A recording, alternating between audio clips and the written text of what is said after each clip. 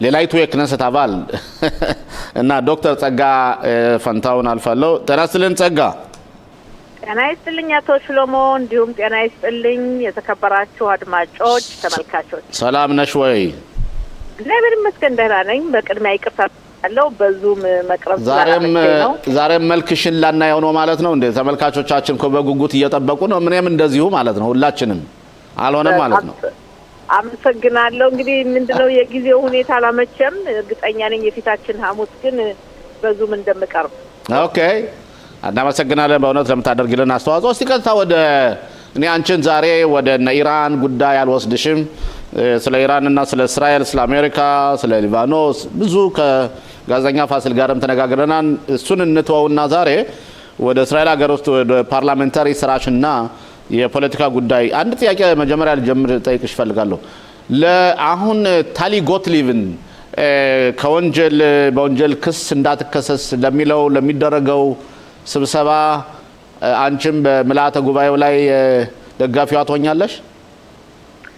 እንግዲህ በመጀመሪያ ደረጃ አቶ ሽሎሞ ይሄ ሀሲኑት የምንለው አንተ ታውቀዋለህ፣ የክነሴት አባል ወይም የፓርላማ አባል ያለምንም ፍራቻ የፈለጉትን እንዲናገሩ ከቦታ ቦታ እንደፈለጉት እንዲንቀሳቀሱ የሚያደርግ ህግ ነው እና ይሄን ህግ ካልጠበቅ ነው ለወደፊቱ አደገኛ ነው።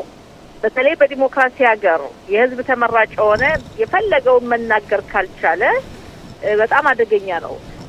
እንዲሁም ደግሞ ከቦታ ቦታ መዘዋወርንም የሚወስድ ነው። ለምሳሌ ያክል ተራ ሰው የማይገባበትን ቦታ የክነሴት አባላት መግባት ይችላል የመሳሰሉት ነገሮች እና በዚህ ጉዳይ ላይ በእውነትም መብቱ መጠበቅ አለበት። ይሄ ካሁኑ ይሄ መብት መቅረቱ ለወደፊቱ አደገኛ ነው። በሌላ በኩል የታሊ ጎትሊብ ጉዳይ በእውነትም ብዙ አነጋጋሪ ነው። አንደኛው ቀደም ያልነው ነገር ሀሲኑት የምንለው መሰረዝ የለም፣ መብቷ ነው፣ መናገር ትችላለች። በሌላ በኩል እስካሁን ድረስ ይኸውልህ በህግ የተደነገገ ነገር የለም። ለምሳሌ አንድ ሰው በጉቦ በተለይ ጉቦ በተመለከተ ወይም ከዛም አልፎ ደግሞ ሰው ገደለ ተብሎ ከተጠረጠረ በመሳሰሉት ጉዳዮች ላይ ከሆነ ህግ ስላለ የክነሴት አባል ቢሆንም ወዲያውኑ ለፍርድ መቅረብ መብት አለ፣ ለማቅረብ መብት አለ። የአሁኑን ግን ያለችውን በተመለከተ ህግ ባለመኖሩ ሳንወርድ በግዳችን ወደ ቀደም እንዳልነው መብትን በተመለከተ ሀሲኑት የመናገር መብት ግን እዚህ ላይ ዶክተር ጸጋ እሷ እኮ ለእሷ ቅሬታ የቀረበበት ምክንያት የአቃቤ ህግም ሴትዮቱ እንድትከሰሰው በፖሊስ ከመረመረ በኋላ የተደረገው ተድራጎት እሷ ህግ አልፋለች ወይም ወንጀል ሰርታለች የተባለው እንዴት ነው? የሻባክ ወይም የደህንነት ሰዎች ለምሳሌ ስማቸው አይነገርም፣ አድራሻቸው አይነገርም፣ የት ቦታ እንደሚሰሩ አይታወቅም እና እሷ ያጋለጠችው ሰውዬ ሚስቱ የፖለቲካ አድቮኬት ስለሆነች በሽክማ ብራስለር የምትባለው የዚህ መንግስት ተቃዋሚ ሆኖ ይታወቃል እና ካፕላን ሰላማዊ ሰልፍ የምታደርገው ናት እና የእሷን ባል ነው ያጋለጠችውና ያ ማለት ያ ሰውዬ ግን አይታወቅም ስሙ እስከዛን ቀን ታሊ ጎትሊብ እስከምስል። ስለዚህ ታሊ ያደረገችው እኮ የሻባክን ህግ አልፋለች ነው። ጥሩ እንግዲህ ሻባክ ሀገር አይደለም፣ የሀገራችን ህግ ያስፈልጋል። በእስራኤል ሀገር አሁን ያልነውን ወይም የተናገረችውን በተመለከተ ይሄን የመረጃ ክፍል አባል የሆነን ሰው ግለሰብ በተመለከተ በዚህ ጉዳይ ላይ የሚናገር ሰው ለፍርድ መቆም አለበት የሚል ቢኖር ኖሮ ችግር አልነበረብንም። አሁን ያለው ትልቁ ችግር ምንድነው? ይሄ ግለሰብን በተመለከተ የቀረበው በሚስትየዋ ብቻ አይደለም። ሚስትየዋ ሰላማዊ ሰልፍ በሚሆንበት ሰዓት ጦርነቱ እንደሚሆን ጥቅምት 7 ሲሆን እንደነበር ታውቅ ነበር፣ ትናገር ነበረ። ከዛም አልፎ ደግሞ ባለቤትየው የተጠረጠረው ሰውዬ ወይም ታሊ ያለችው የሽክማ ባለቤት ጥቅምት 7 በነበረው ሁኔታ አስቀድሞ 3 ቀን ቀደም ብሎ ከሐማስ የሽብር ፈጣሪ ድርጅት መሪ ከሲንዋር ጋር ተገናኝቶ ነበር የሚል ነው እና አሁን የሁኔታ ህግ ቢኖር ነው ችግር አልነበረም። እኛም ሀሲኑት አንልም።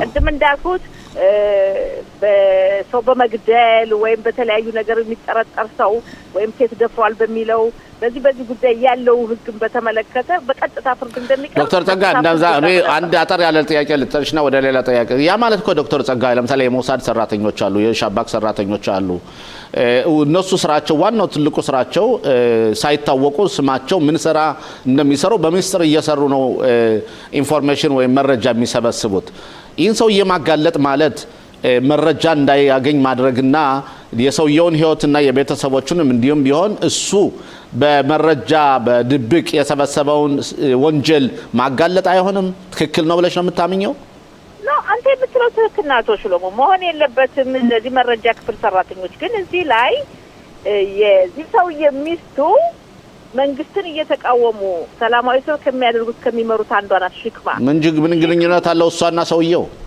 ኖ አይ ባዛቱ ነው እንግዲህ ማምላካኒ ፍሬዴት የሚባል ነገር የለም ባልና ሚስቱ አንድ ላይ ያሉ አሁን እቺ ሴትዮ ይሄ ነገር ይሆን እንደነበረ ተናግራለች አየው በሰላማዊ ሰልፉ ላይ እንደገና ሌሎች ያሰጣት መረጃ ለታሊ ባሏ ከሲኒዋር ጋር ከ3 ቀን ቀደም ብሎ ጥቅም 7 ከመሆኑ በፊት ተገናኝቶ ነበር የሚል ነው ተገናኝቶ ሊሆን ይችላል ስራው ከሆነ ማለት ነው ማለትም ስራው ከሆነ አንዱ ሚስጥራዊ ስራቸው ያ ነው አቶ ሽሎሞ ሁኔታውን ጠለቅ ያላውቀው የወረታ አይደለም ሁላችንም ያውቀው የለም ነገር ግን አው ጠለቅ ያላውቀው ምንድነው ነገር ግን ይሄ ሁኔታ ሚስቲያዋ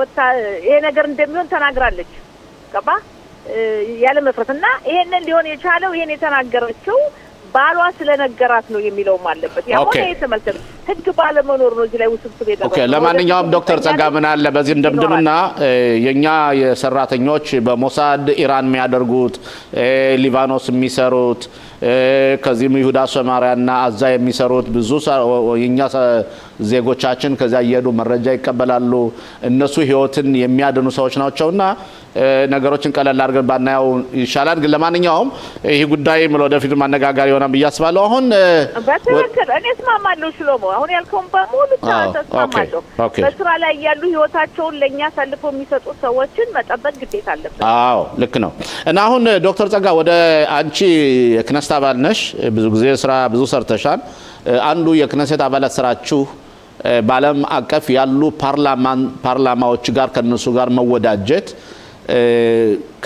ከፓርላማ እንትኖች ጋር መገናኘት አንቺ የሁለት ፓርላማ ሊቀመንበር ነሽ የዲዶት የሚባለው ወይም ወዳጅነት እና በዚህም ብዙ አስተዋጽኦ አድርገሻል ብዙ ቦታዎችን ሄደሻል እስቲ በዚህ ዙሪያ በዓለም አቀፍ ደረጃ የእስራኤል ሀገር ፓርላማ ወክለሽ በሊቀመንበርነትም በአባልነትም ሄደሽ ከጎበኘሻቸው ሀገሮችና የተደረገ ወዳጅነትስ እንዴት ነው የሚለውን እስቲ ብትገልጭልን በጣም ጥሩ ጥያቄ በጣም በመጀመሪያ ደረጃ ሽሎሞ እንግዲህ የክነሴት አባል የፓርላማ አባል ከሀገራችን ውጪ ሌላው የሀገራችን ግንኙነትን ደግሞ በውጭ ዓለም ማጠናከር ነው በአገር ውስጥ የምንሰራው ስራ እንዳለው ነው ሌላው በውጭ ዓለም መስራት ነውና በእስራኤልና በስሪላንካ የሁለቱ ሀገራት የፓርላማ ወዳጅነት አለ ስሪላንካ የት ሀገር ነው የት አካባቢ ነው ደቡብ ኤዥያ ውስጥ ለምትገኘው ስሪላንካ ከህንድ አጠገብ ነውና የሁለቱ ፓርላማ ወዳጅነት ሊቀመንበሯ ነኝ እና በሁለቱ ሀገራት ግንኙነቱን በማጠናከር ከአምባሳደሩ ጋር ቀጥታ ግንኙነት ነበረኝ ከዛ ውጪ የፓርላማ አባላቶቹ ጋር በቀጥታ በሀገሪቱ በእስራኤል ላይ ያላቸው ሁኔታ ከፍ እንዲል ሌላው አቶ ሽሎሞ የስሪላንካ ሰራተኞች እዚህ መጥተው የሚሰሩ አሉ ብዙ በጣም ብዙ የሀገሪቱ ተወላጆች እዚህ መጥተው የሚሰሩ አሉ ምሳሌ ብሰጥህ አሁን በብዛት አለ በተለይ ከጦርነቱ በፊት ከዛ በፊት በተለይ ከአሩግ ሰዎች ቤተሰብ መርዳት የማይችለው ቢቷህ ሎሚ እርዳታ የሚያደርግላቸው ስትሮክ የተመቱ ከነሱ ቤት ውስጥ እየገቡ መሰለኝ የሚሰሩት ብዙዎቹ ብዙዎቹ ወንዶች ደግሞ እርሻ መሰለኝ የሚሰሩ ትክክል አረጋውያንን በመንከባከብ በግብርናም በኩል ይሰራሉና ከጥቅምት 7 ቀን በፊት ቤሪ በተባለው ኪቡዝ የሐማስ ሽብር ፈጣሪ ድርጅት እልቂት ሲፈጽም ሁለት የስሪላንካ ዜጋ እዚህ አዛውንት የሚንከባከቡ ህይወታቸው አልፏል። የተጠለፉም ብዙ ነበሩ መሰለኝ የውጭ ሀገር ዜጎች አዎ የተጠለፉም ነበሩ። የስሪላንካን የገለጽኩልን የሊቀመንበር ሰው የሁለቱ ፓርላማ ወዳጅነት በዚህ ጉዳይ ላይ ከነዚህ ሟቹ ቤተሰቦች ጋር መጣው መገናኘት የቀብራቸው ስነ ስርዓት በአገራቸው ነው የተፈጸመው። ግን ከዛ በፊት አስከሬኑ ወደ ሀገራቸው እንዲሄድ በዚህ ጉዳይ ላይ በሁለቱ ሀገራት መካከል ባለው ወዳጅነት በፓርላማው በክነሴቱ ከፍተኛ አስተዋጽኦ አድርጌያለሁ። ሌላው ወደ አፍሪካ ልውሰድ ደግሞ አሁን ደቡብ ኤዥያን የነበርነው አይደል ደቡብ አሲያ አሁን ደግሞ ወደ አፍሪካ ልውሰድና የሪፐብሊክ ኮንጎና የእስራኤል ፓርላማ የክነሴትና የፓርላማ ያገሪቱ ወዳጅነት ሊቀመንበሯም እኔ ነኝ። ሁለት ሀገራትን ያስኩት በዚህ ጊዜ የኮንጎ ዋና የፓርላማው ሊቀመንበር መጣው እዚህ ያስተናግደናል። በኮንጎና በእስራኤል መካከል ከፍተኛ ግንኙነት እንዲኖር በኮንጎ ያለው የእርስ በርስ ውጊያ አለ። ኮንጎና ሩዋንዳ ያላቸው ግጭትም አለ። በዚህ ጉዳይ ላይ ከፍተኛ አስተዋጽኦ አድርጌያለሁ። በነገራችን ላይ የኮንጎ አገር ከባልሳሳት ብዙ ህዝብ ያላት ሰፊ አገር ብዙ ማዕድን ያላት አገር ናት ኮንጎ። ያ ሆኖ ግን በጦርነት ምክንያት ደሃ አገር ናት። በጣም ይገርመኛል። አሁን እንዳልከው ስንት ንብረት ነው ያላት ወርቁ፣ እንቁ፣ አልማዙ ሁሉ ነገር ያላት በተፈጥሮ በጣም የታደለች ሀገር ናት። ግን ከ30 ዓመት በላይ ባለ ጦርነት ምክንያት ጦርነት መቼም መጥፎ ነው ከደሃ ሀገራት የምጣኔ ሀብታቸውን ፈረንሳዮችና የቤልጂየም ሰዎች መሰለ የወሰዱባቸው አዎ የአፍሪካ ቀኝ ግዛቶች በሙሉ በዝብዘዋቸዋል። ግን አሁን የከፋው የመረረው ደግሞ የራሳቸው ጦርነት ነው የእርስ በርስ ጦርነት። አዎ በዚህ ምክንያት ነውና የሁለቱ ፓርላማም ወዳጅና ሊቀመንበሯ እኔ ነኝ። ይሄ አለበል ከዛ ውጪ አቶ ሽልሞ እንደምታውቀው አይፒዩ ይባላል የዓለም የፓርላማ ማህበር። የዓለም የፓርላማ ማህበር እንግዲህ ከ148 ዓመት በፊት የተቋቋመ ነውና እስራኤልን የሚወክለው እኔና ከሊኩድ ፓርቲ ዳኒ ሉዜ ይባላል።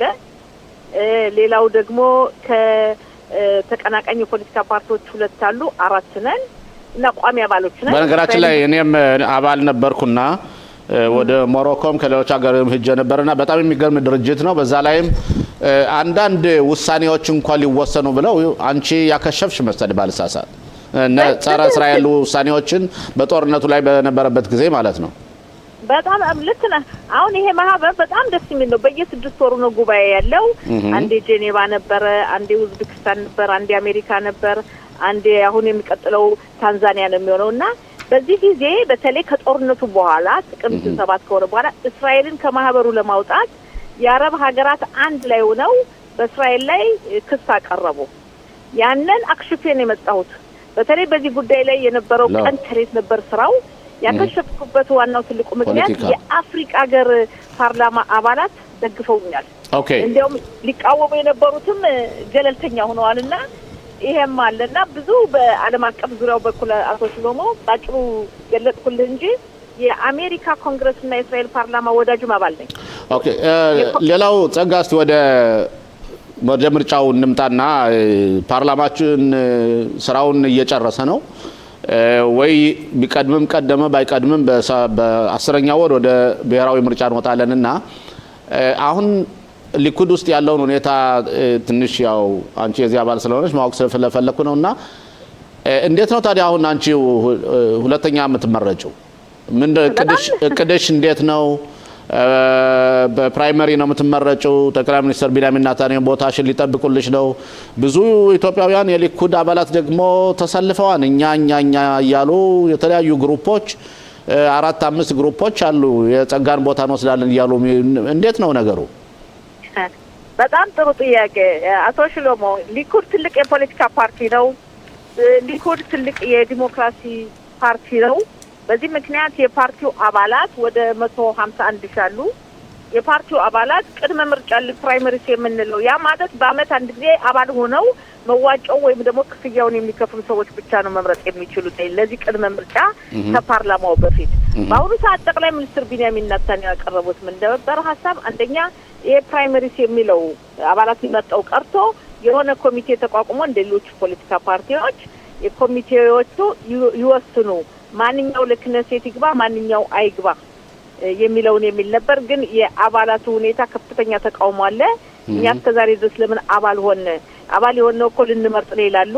ግን አባል ሆነው ደግሞ የቆዩት አንዱ ትልቁ ችግር መሰናከሉ ብዙ አመት 30 አመት 40 አመት ስለሚተዋወቁ እገሌ ችሎታ ይኑረው አይኑረው ወይም ብቃት አለው የሚለውን ሳያዩ የኔ ሰው መሆን አለበትኝ እያሉ በስምነት ወይም ዲል በመንለው በርካታ ሰዎች ይገባሉና አንዳንድ ጊዜ ለፓርላማ ብቃትና ጥራት የሌላቸው ሰዎች ስለሚገቡ ያን ለመቀየር ጠቅላይ ሚኒስትራችን ሞክረው ውዝግብ ላይ ነው።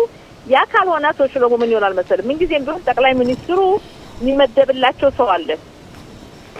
የአመራር ኮሚቴው ይፈቅዳል፣ የተወሰኑ ሰዎችን ያስገባል። ምሳሌ ብሰጥህ እኔ 37ኛ ቦታ በተቀበልኩበት ሰዓት ጠቅላይ ሚኒስትሩ አንድም ሰው አልመረጠኝም።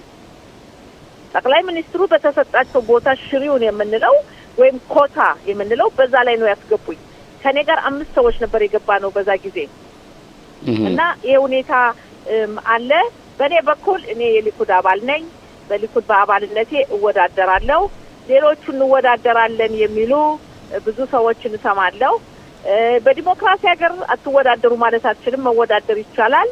ነገር ግን በምትወዳደርበት ሰዓት አንደኛው ድምጽ አገኛለሁ፣ ችሎታው አለኝ፣ ብቃቱ አለኝ፣ ድምጽ ይበታተናል አይበታተንም የሚለውን ማጤን ያስፈልጋል እንጂ። ኦኬ ሌላው ሁለት ጥያቄዎች አሉ ጸጋ በተከታታይ ጠይቅሽና መልሱን አንቺ ታጠቃልኛለሽ ጊዜያችንም እየሄደ ስለሆነ ባለፈው ሳምንት ሞሼ ሶሎሞን የክርስት አባል ሞሼ ሶሎሞን የኢትዮጵያውያን ነው እሱም በሰጠው የድምጽ ምክንያት ስሞትሪች ቅጣት ቀጥቶታል። እሱም ያደረገው እንዴት ነው የኻሪዲዎች የሚማሩት ትምህርት ልክ እንደ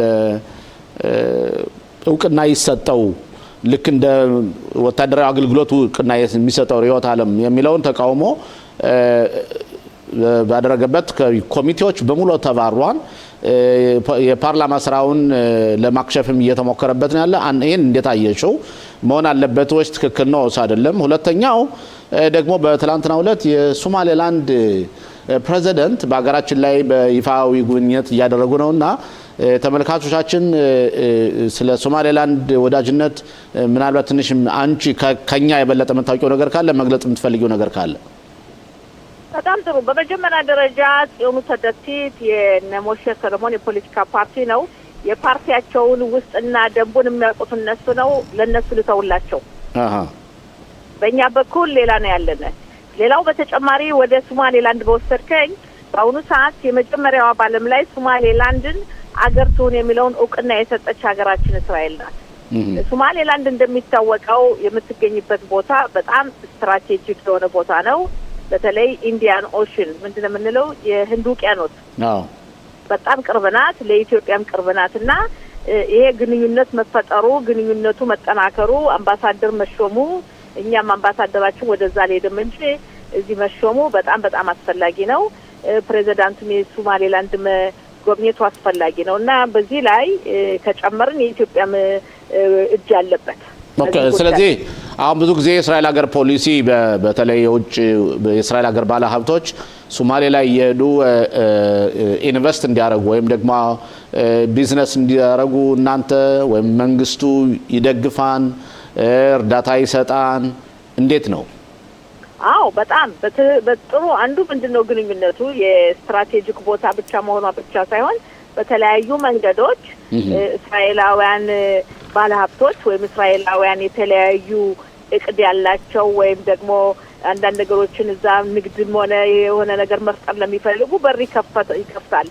ለምን ያህል እንደሆነ ግንኙነት ሲባል እኮ ሁለት ሀገር በምጣኔ ሀብትም የሚዳብሩበትን እውቀት የሚለዋወጡበትን በተለይ ከእስራኤል ብዙ ነገሮችን ሶማሌላንድ ማግኘት ትችላለች። ኦኬ በጣም ደስተኞች ናቸው እነሱ። በጣም አመሰግናለሁ ዶክተር ጸጋ። በዛሬው ዕለትም በታክቲክቫ አካባቢ ፖለቲካዊ ስብሰባ እንደምታደርጊ ሰምተናል። ምናልባት የፖለቲካ ስብሰባውን ውጤት ወይም አንዳንድ ዘገባዎች ወይም ከዛ ያለው ሁኔታ ካለ ነገ ወይም ከነገ ወዲያ እንነጋገርበታለን። በፎቶ አድርገሽ ብትልክልን ደስ ይለናል። ጊዜ ስለሌለን በጣም 6 ሰዓት ከታክቲክቫ ከተማ ጎዳናው ክነሴት እስራኤል 8 ኦኬ እና ቢመጡ ደስ ይለኛል። በዚህ አጋጣሚ አመሰግናችኋለሁ። አመሰግናለሁ ዶክተር ጸጋ።